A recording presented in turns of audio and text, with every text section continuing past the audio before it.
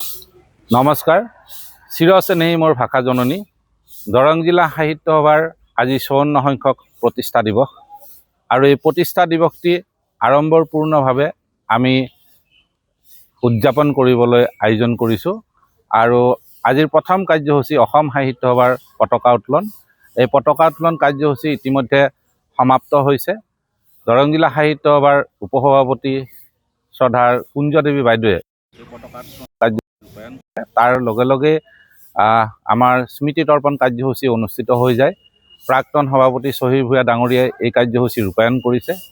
মই আজিৰ এই পবিত্ৰ দিনটিত জিলা সাহিত্য সভা প্ৰতিষ্ঠাৰ লগত জড়িত যিসকল ব্যক্তি মহান ব্যক্তি আছিলে তেওঁলোকক আজি আমি শ্ৰদ্ধাৰে কৃতজ্ঞতা জ্ঞাপন কৰিছোঁ। আৰু যিসকল পুণ্যাত্মা এইসকল আমাৰ মাজত নাই, প্ৰতিষ্ঠা কালৰ লগত জড়িত, জিলা সাহিত্য সভাক এক নতুন মাত্ৰা দিছে। আজি আমি এই অনুষ্ঠানৰ হৈ আমি সেৱা আগবঢ়াবৰ কাৰণে সুযোগ পাইছোঁ। সেইসকল পুণ্যাত্মাক আমি আজি শ্ৰদ্ধাৰে সোঁৱৰণ কৰিছোঁ।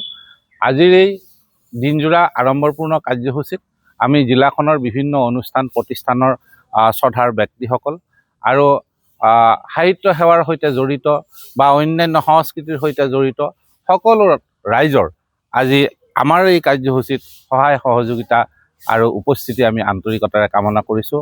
লগতে জিলা সাহিত্য সভাৰ সমূহ বিষয়ববীয়া, জিলা সাহিত্য সভাৰ সকলো শাখাৰে সন্মানীয় বিষয়ববীয়া আৰু সদস্য মণ্ডলী আজি আহি আমাৰ দিনৰ 1 বজাৰ পৰা যি কাৰ্যসূচী ৰূপায়ণ হ'ব, এই কাৰ্যসূচীত অংশগ্ৰহণ কৰি এই কাৰ্যসূচী সাফল্যমণ্ডিত কৰি তুলিবলৈ আমি বিনম্ৰ অনুৰোধ জনাইছোঁ। ধন্যবাদ। চিৰ চেনেহী মোৰ ভাষা জননী।